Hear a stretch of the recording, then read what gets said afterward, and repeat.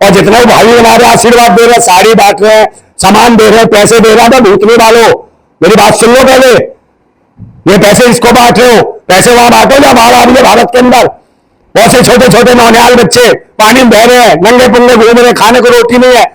भूतनी वालों वहां दो, उन बहन बेटियों के तम तक कपड़े नहीं होना, साड़ियां दो। ये गोपनीय तरीके से रखा है तो मुकदमा सिर्फ सीमा हैदर पर नहीं बनता, मुकदमा सिसोले पे ही बनता है, जो सचिन है इसके परिवार पर ही बनता है। ये देशद्रोही है। अभी तो भारत ने ठेका ले रखा है कि तुझे भी पालेंगे, और तेरी नाजायज संतान जो पैदा करके आई है और जो कहती है मेरा प्यार गए, क्या बलात्कार करके पैदा किए थे बच्चे को। जी आप पूजा पाठ और कलमा छोड़िए, इसको तो बलमा चाहिए, बलमा के लिए आइए। अलमा कलमा पूजा पाठ से कोई लेना देना नहीं है। और दूसरे नंबर इसके माध्यम से जासूसी करने आई है। इसने एक बंदे को टारगेट करा, ऐसे बंदे को टारगेट करा जो दिमाग से बिल्कुल ही बेकार है। जय हिंद, जय भारत, और आप सभी का स्वागत है आपके अपने चैनल सीसीएन न्यूज 24 के अंदर। मेरा नाम है दिनेश गर्ग जैन, कड़वे सवालों वाला।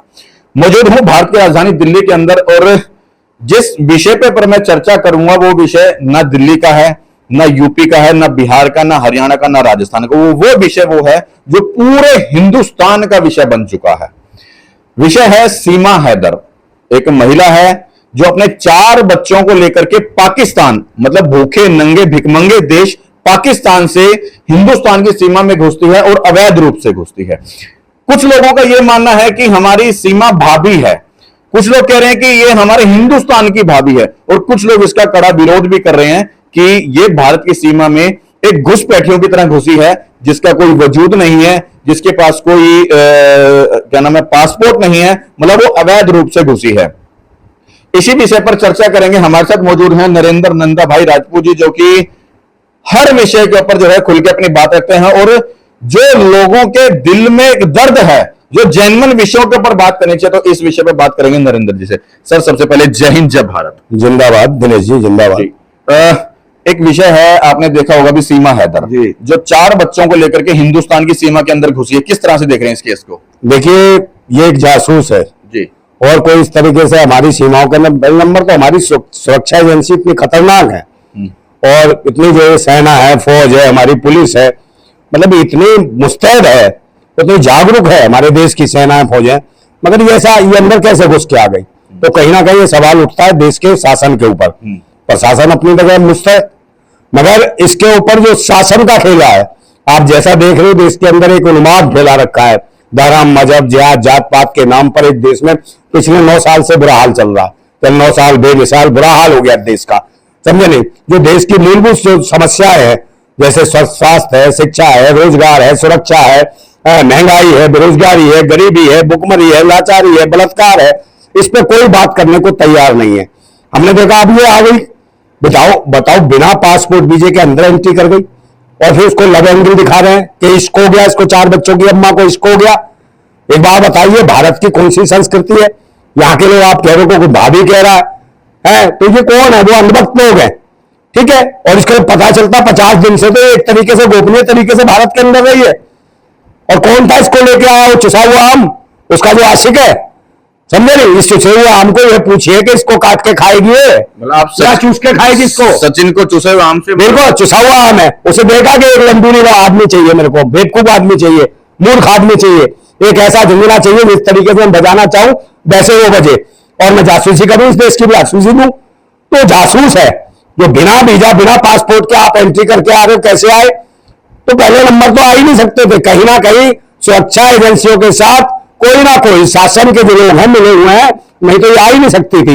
अब अगर आई है तो ये तो भला हो उन वकील साहब का, जिन्होंने पुलिस को फोन कर दिया कि भाई कोई पाकिस्तानी महिला आ गई है और यहाँ डॉक्यूमेंट बनवा रही है किसी व्यक्ति के साथ, इस सुसैले आम के साथ, ये नकली उसके कागजात बनवाने के लगा था। लंबा भी कोर्ट मैरिज पता नहीं क्या क्या करने के चक्कर में था। वकील साहब ने फोन करा पुलिस को, तब पता चला 50 दिन बाद कि ये गोपनीय तरीके से रखा है। तो मुकदमा सिर्फ सीमा हैदर पर नहीं बनता, मुकदमा सिसोले पे ही बनता है, जो सचिन है इसके परिवार पर ही बनता है। ये देशद्रोही है, समझे? देश को बताना चाहिए था कोई बाहर से आया, बाहर कोई सीमा रेखा पार करके आया, तो अब ये 50 दिन में पता नहीं क्या क्या किया होगा इसने भारत के अंदर में, कहां क्या क्या सूचनाएं दी होंगी। और ये कैसे कह सकते हो अकेली आई है?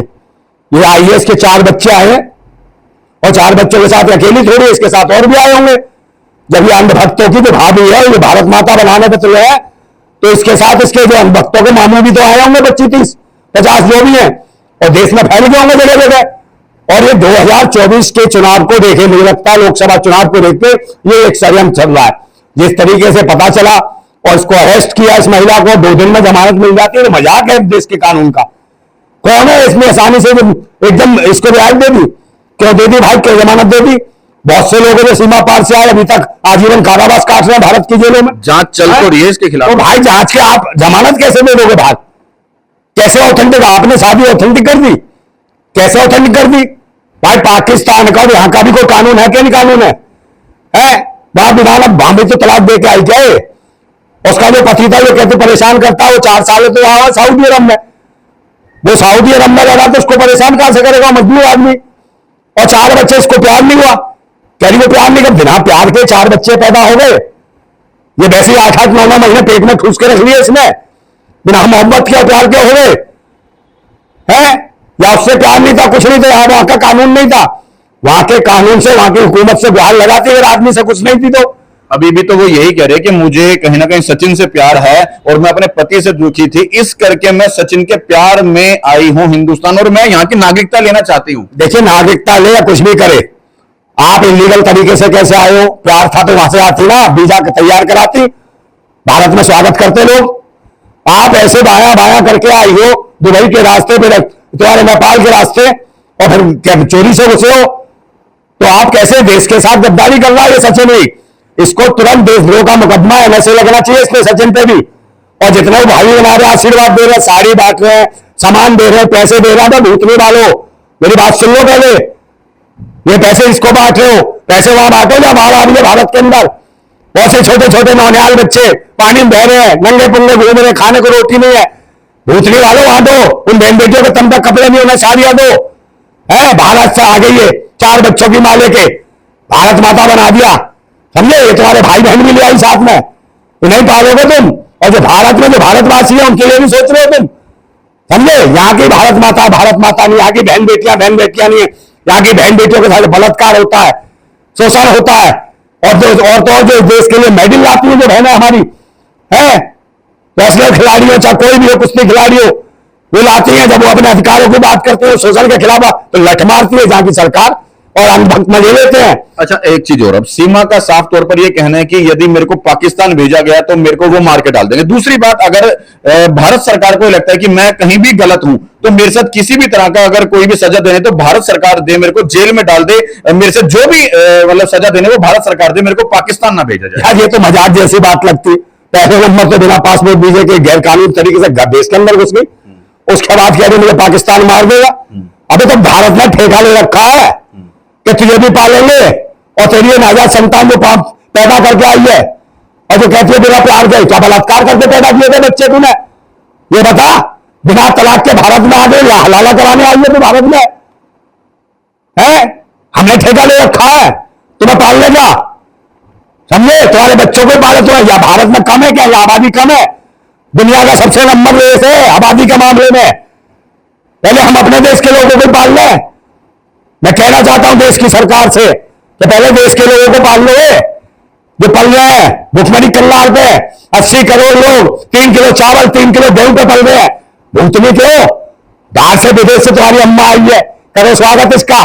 अभी सचिन के पिताजी ने भी ये बोला है कि ये हमारी घर की बहू है, और पूरे हिंदुस्तान के बहुत से लोग ऐसे हैं, सभी नहीं, बहुत से लोग ऐसे हैं कि ये हमारे भारत की बहू है। कहीं ना कहीं भारत का गौरव बढ़ा है कि पाकिस्तान से एक महिला आ गई है, और पाकिस्तान में इतनी भूखमरी, मतलब ये कहा जा रहा है कि पाकिस्तान की औकात हम लोगों ने दिखा दी कि वहां की जो महिला है वो इतनी दुखी है जो हिंदुस्तान को अपना रही है। वो तो यहां दिख रहा है भारत में कौन दुखी है और कौन सुखी है। अरे भाई, ये जासूस है, पाकिस्तानी जासूस है, ये कुछ भी करा सकती है, कुछ भी नाटक कर सकती है।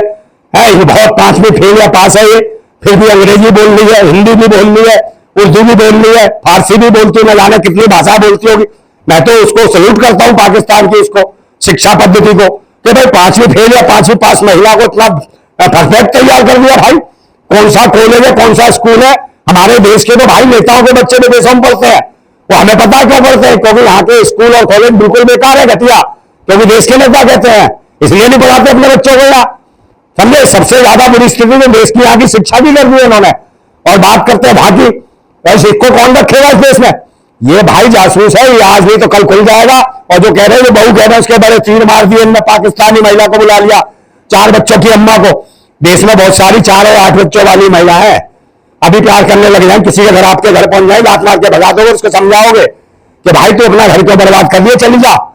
इसको जो है वो गदर फिल्म के सनी देओल से नापा जा रहा है सचिन को, कि कहीं ना कहीं सचिन जो है सनी देओल लेके आया था सकीना को पाकिस्तान से, और अब जो है क्या नाम है सीमा हैदर खुद आ गई है चल करके। ओ हो, ये गदर मचाने आई है यहाँ देश में। जगह जगह बम ब्लास्ट होंगे, जगह जगह लोग मारे जाएंगे, पता नहीं क्या अनहोनी घटना होनी है 2024 के चुनाव में। यहाँ पहले जाति धर्म मजहब के नाम पे स्थिति खराब है, गृह युद्ध जैसी स्थिति है, मणिपुर में दंगे हुए, यहाँ प्रधानमंत्री जी विदेश घूमते हैं, यहाँ देश के अंदर एक कानूनी तरीके से महिला घुसाती है, वो भारत माता बन जाती है, और समझे नहीं यहाँ के प्रधानमंत्री विदेशों में अपना 8,500 करोड़ का हेलीकॉप्टर लिए घूम रहे। तो बात रही धर्म के एंगल से, हर चीज को यहाँ अंधभक्तों और पाखंडवादी सरकार है देश के ऊपर बैठी है, जो पाखंडियों को ढोंगियों की सरकार है, हर चीज को धर्म मजहब के एंगल से पेश कर रही है।